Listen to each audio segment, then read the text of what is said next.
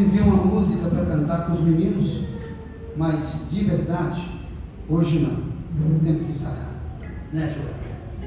Porque Jesus merece o melhor, né? Estou feliz por estar com os irmãos mais uma vez. Esse mês de maio foi bênção. Teve também batalha, teve momento que nós entendemos que fomos alcançados, temos recebido livramentos, porque o Senhor, com as tuas mãos de poder e de misericórdia, tem nos ajudado. Nós não merecemos, mas o Senhor é bom.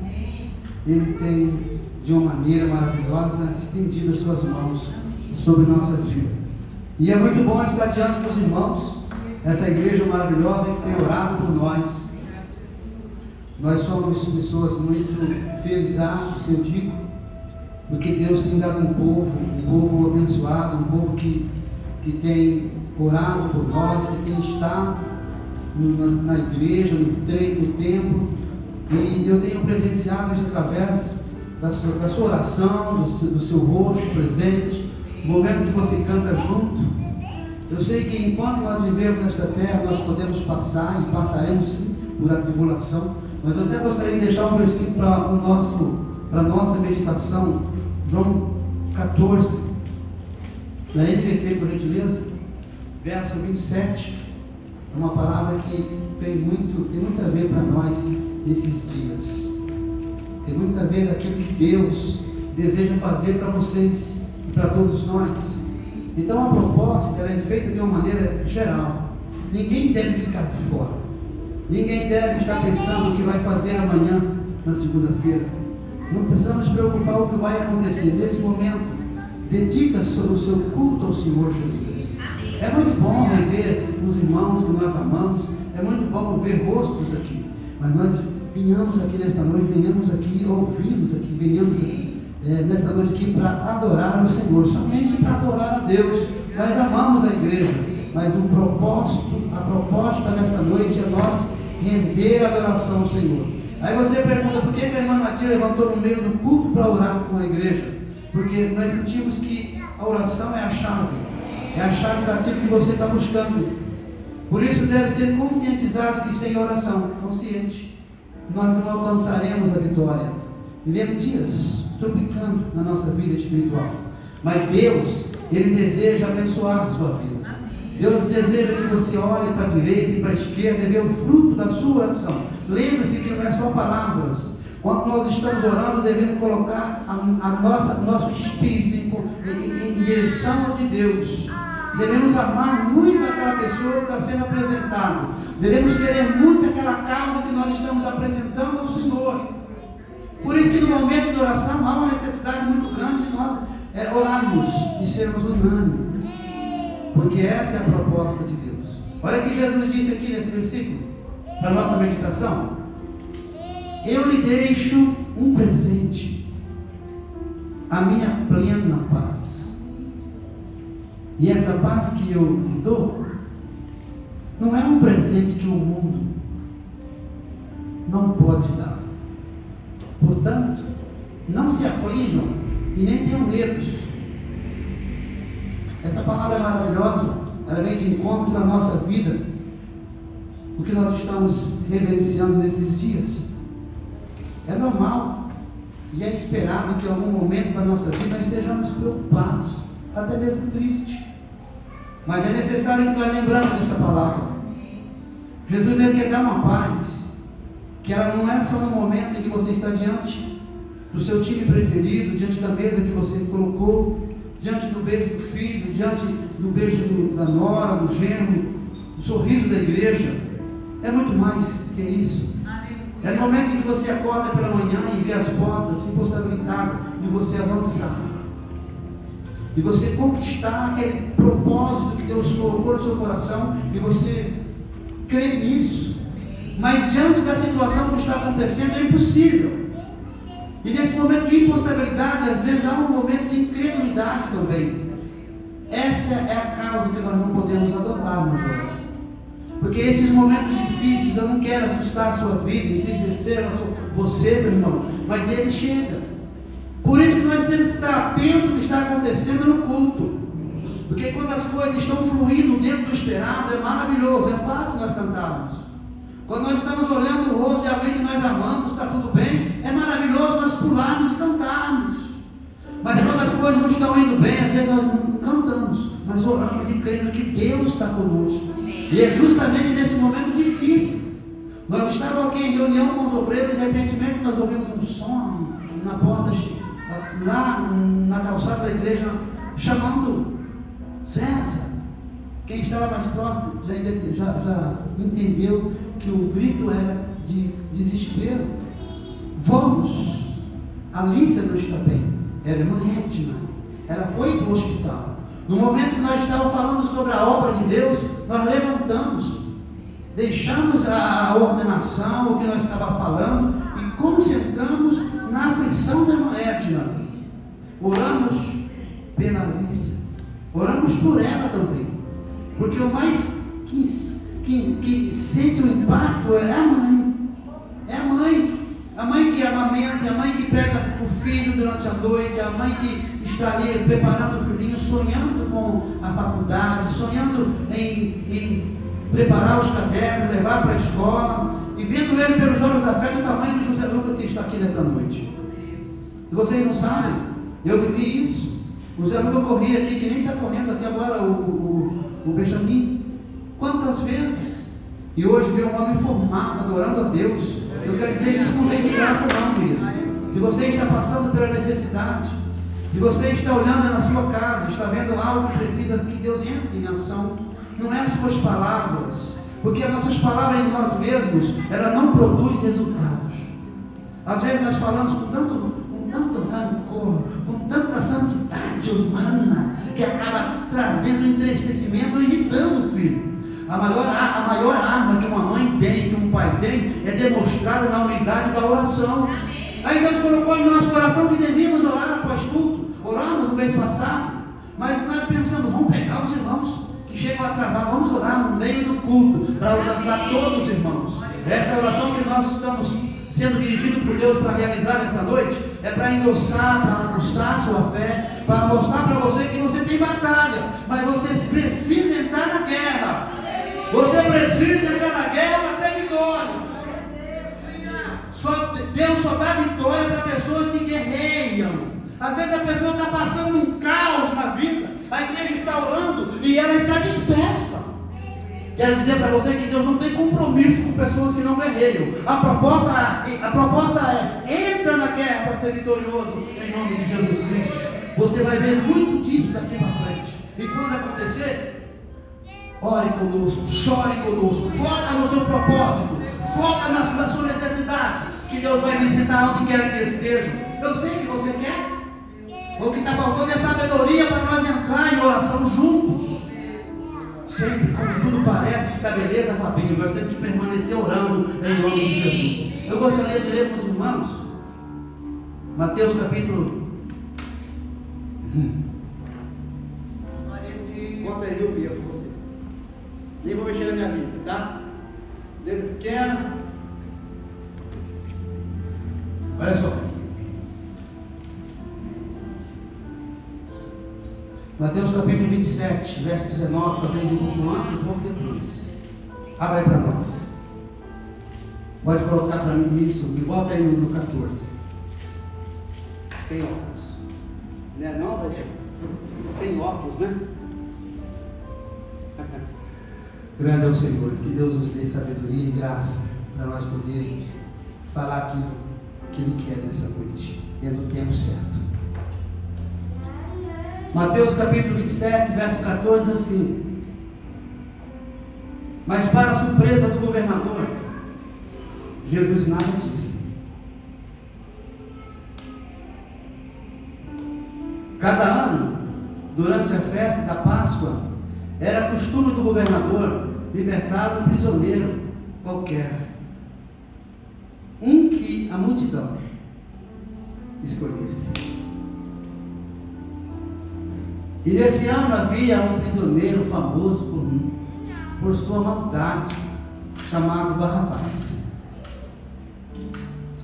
E quando a multidão se reuniu diante de Pilatos naquela manhã, ele perguntou: que vocês querem que eu solte Barrabás ou Jesus chamado Cristo?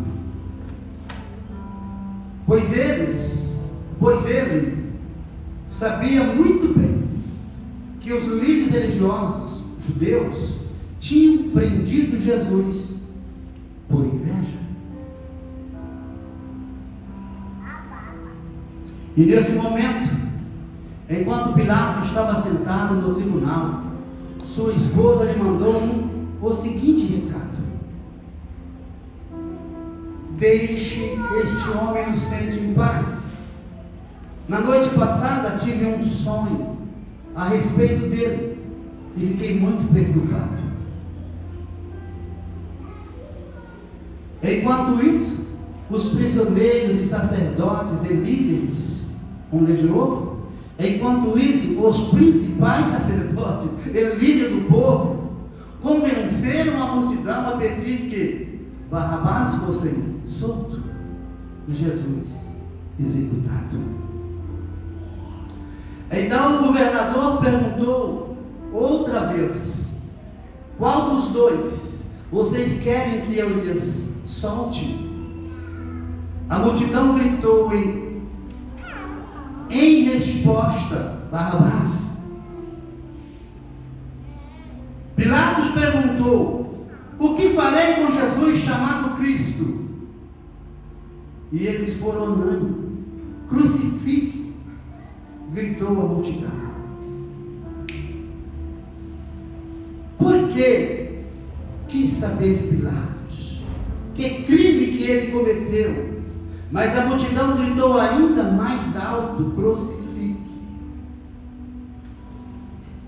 Pilatos viu que de nada adiantava insistir e que o tumulto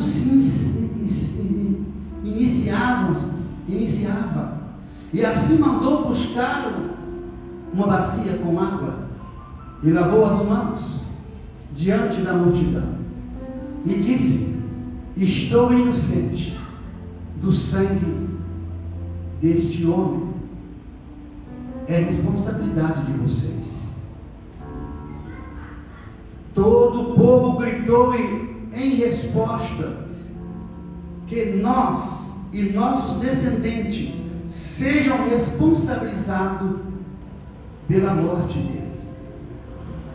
Irmãos, nós estamos diante de uma mesa, uma vez por mês, que nós chamamos de Santa Ceia, onde nós participamos do corpo e do sangue de Cristo.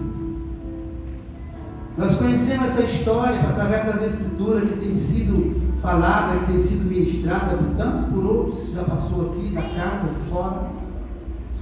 E nós estamos aqui nesta noite na responsabilidade de ministrar aos amados irmãos a palavra de Deus. Nós sabemos que a narrativa daqueles religiosos eram mentiras. Eles falaram mentira para uma nação, para um povo humilde, um povo que muitos deles que estavam inseridos no meio daquela nação, quem sabe muitos deles tinham sido pessoas que foi alimentada por Jesus. Nós sabemos que Jesus, nas Escrituras, consta que um dia ele estava junto com os discípulos em um certo lugar e havia mais de 5.000 pessoas e não tinha alimento para aquele povo comer. Jesus estava ali ministrando a palavra e a hora se foi. Os discípulos queriam: não devemos mandar os nossos irmãos embora, porque daqui a pouco os estômagos deles vão começar a roncar e eles estão sem alimento, e a lanchonete, o restaurante é muito longe. Não temos como alimentar mais de 5.000 homens, porque na verdade muitos deles tinham muitos filhos, esposas. A maior maneira que você vai fazer com eles é mandar eles embora enquanto é tempo. Jesus falou: não dá certo. Despedir um povo que está ouvindo a palavra com fome, com o estômago vazio. Vai aí no meio da multidão e vê se alguém tem alimentos. Encontrou um menino que tinha 5 pão e 2 peixinhos. Não dá nem para mim, porque 5 pão, eu já vi pessoas comer muito mais do que isso. 2 peixinhos, só se for peixinho de grande. Ele falou: mas se encontrei alguém que tem aqui 5 pãezinhos, 2 peixinhos, não serve, pai, não serve, Senhor, não dá. Nem deveria mandar esse povo e falar que nós temos alimento. Deus falou para ele: olha, manda a multidão sentar. Manda a multidão sentar em grupo e vamos ministrar, pega lá, vamos oferecer para este povo matar a sua fome. Amado, quando nós servimos um Deus poderoso, um Deus maravilhoso, o nosso Deus, ele não está com seus ouvidos surdos. Olha só para mim, Deus não está com seus ouvidos surdos, que não possa ouvir a sua oração nesse tempo que nós estamos vivendo. Você sabe o que mudou nesse tempo que nós estamos vivendo, amados irmãos? Eu creio que o que tem mudado é a nossa forma de prestar um culto ao Senhor. É possível que alguém esteja pensando lá no shopping, pensando naquele manequinho que está saindo, aquele relógio bonito, aquela joia, aquele carro novo. Ou quem sabe está pensando que negócio vai fazer amanhã, mesmo dentro do templo. Isso é errado. Nós deslocamos de nossa casa hoje, depois de um mês de trabalho, um mês de idas e vindas. Quem sabe você teve algum momento fatídico na sua vida. Quem sabe você olhou para a esquerda, olhou para a direita e você não viu saída. A situação ainda está perambulando pela frente. Quem sabe se nós não somos o próprio causador das nossas mazelas, das batalhas que enfrentam nossas vidas. Mas a proposta nessa noite, irmãos amados, é que nós inclinamos nossos ouvidos a ouvir a voz de Deus. É que nós convertemos nosso coração enquanto é dia, enquanto Jesus não manifestou no assunto de glória ainda. É que nós devemos tomar uma decisão de vencedores diante do fracasso. As coisas estão visíveis à nossa frente, não está bem. Mas nós que conhecemos um Deus que tudo pode, devemos sim partir para a guerra. Aleluia. Trazer à existência o inexistente.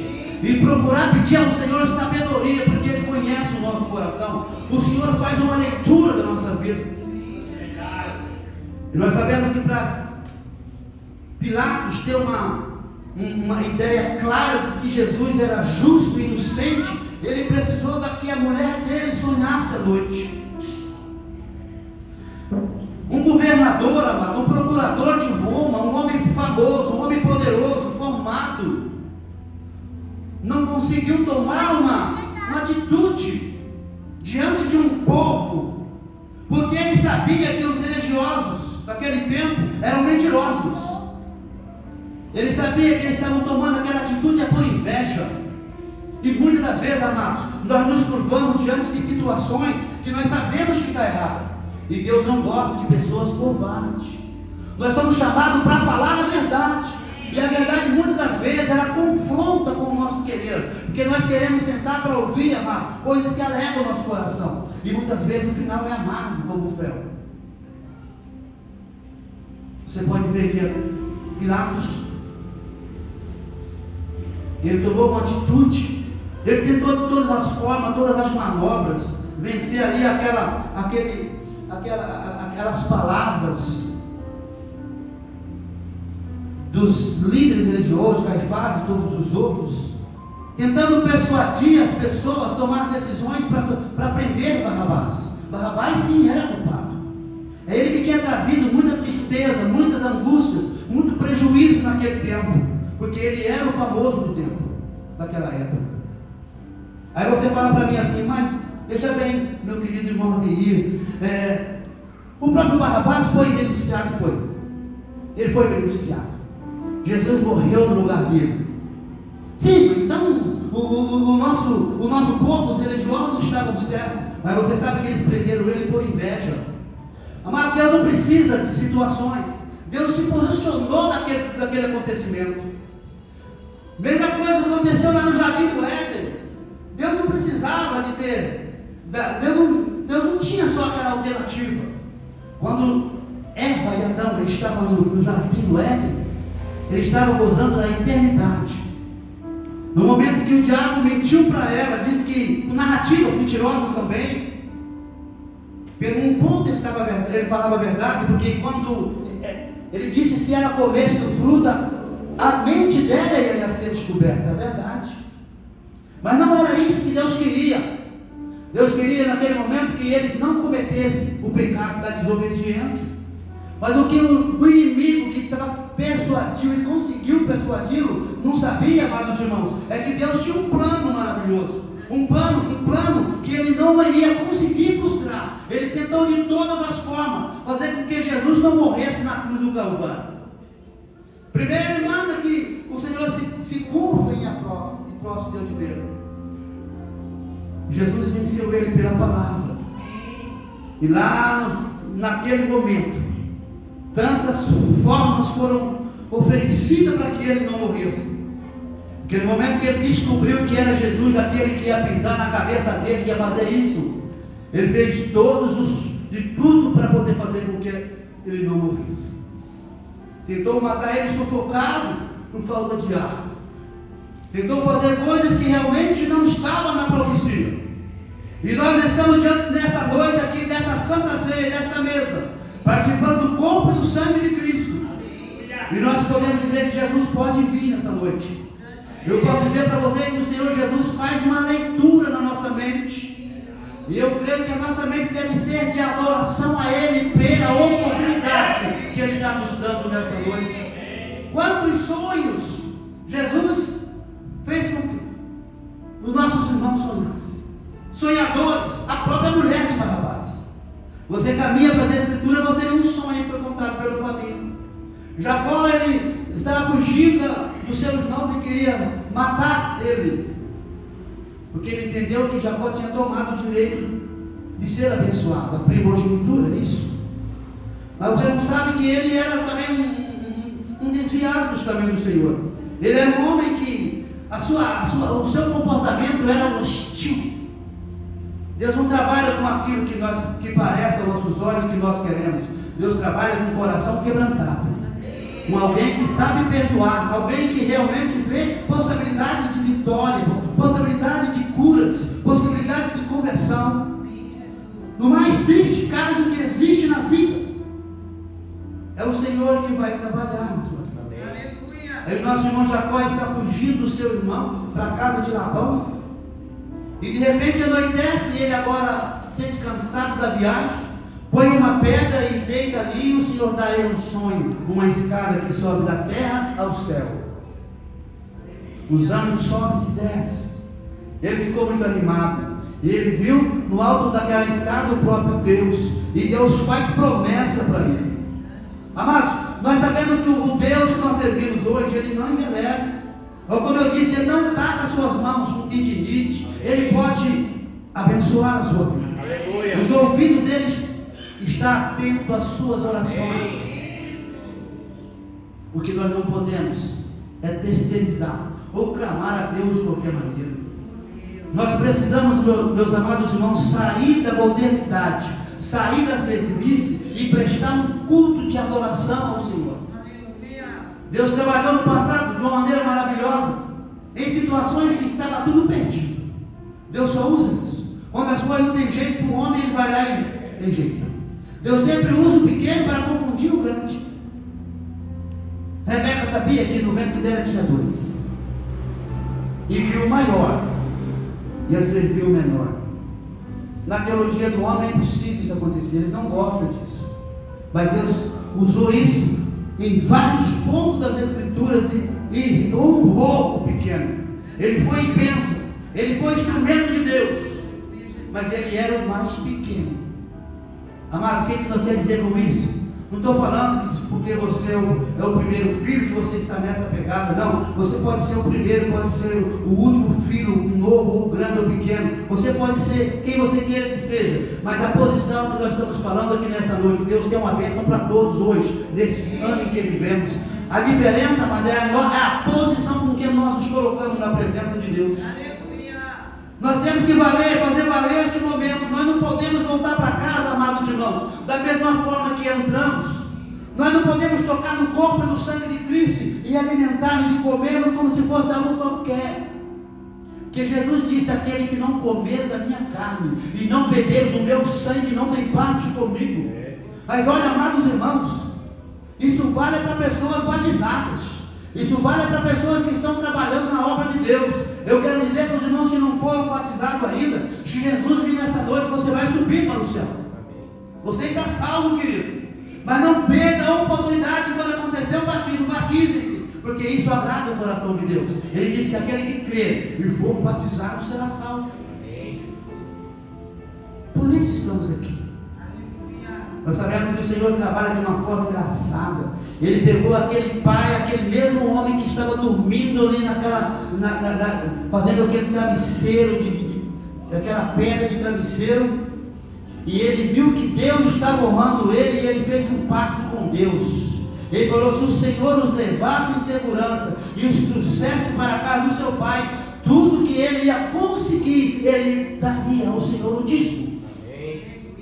Foi a proposta de Jacó para Deus. Jacó prosperou, sim, financeiramente. Venceu. Ele voltou no Senhor para trás. Mas justamente no momento que ele se converteu é quando ele foi ali no vale de Jaboque, porque ele sentiu medo no seu coração, porque o seu irmão estava furioso contra ele. O irmão mais velho, Senhor, estava furioso com o nosso irmão Jacó. Eu vou mostrar para esse cara o que ele fez comigo lá atrás. Porque os dois eram ricos financeiramente, mas Jacó tinha muita coisa, era rico, mas era um homem temente a Deus. Mas ele precisava ainda se converter. Ele precisava ainda depender, amados irmãos, do único e eterno Deus. E é isso que Deus quer. Deus quer que você depende dele, que você busque a ele em primeiro lugar em toda a sua vida. Quando nós aprendemos a colocar a Deus, amado, em primeiro lugar, as coisas irão mudar para nós. Quando nós entendermos que nós dependemos de Deus, Ele vai bradar em nossa vida, Ele vai fazer coisas que nós não vamos nem entender, mas é necessário que nós entendemos, e isso mostre nas nossas atitudes e nas nossas escolhas. Jacó voltou e foi ali orar, e ele entrou em luta com o anjo.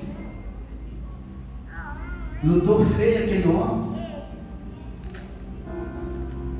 Jacó lutou com o anjo. Alguém disse que ali aconteceu ali uma teofania, que o próprio Deus lutava com ele. Lutou tanto, e o dia estava amanhecendo, ele levou uma contraversão na sua perna, ele ficou manco. E ali ele recebeu a bênção de Deus. Deus foi lá e quebrantou Esaú, que estava furioso, virou um doce de pudim, docinho. Mas mesmo assim, Mateus, ele presenteou com cabra, com carneiros, com cordeiros, e houve paz, porque ele foi orar ao Senhor, e ele saiu mancando agora, sem nenhuma defesa, e não nos levou muito tempo atrás aí, estava andando na coluna assim, bem grandão. Mas Jesus é tão bom, Deus é tão bom.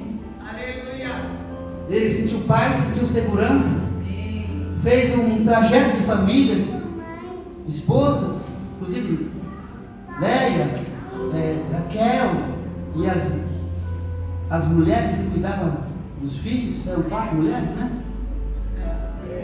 Separado para não morrer todo mundo, mas ninguém morreu, porque Deus se agradou da atitude de Jacó.